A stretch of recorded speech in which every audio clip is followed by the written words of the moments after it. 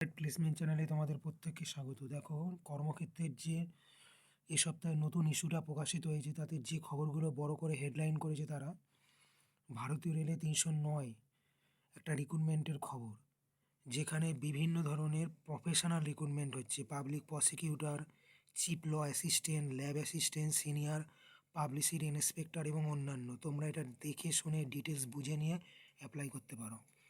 পাশাপাশি তোমরা জানো যে মাদ্রাসা সার্ভিস কমিশনের একটা কিন্তু ওয়েটিং লিস্টের তালিকা অলরেডি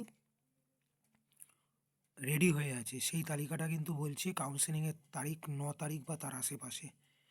এটা কিন্তু দেখে শুনে সেই মতো তোমরা এগোতে পারবে। ইন্ডিয়ান অয়েলে 501 তরুণীকে অ্যাপ্রেন্টিসশিপ, এই ধরনের একটা রিক্রুটমেন্টের খবরও বেরিয়েছে।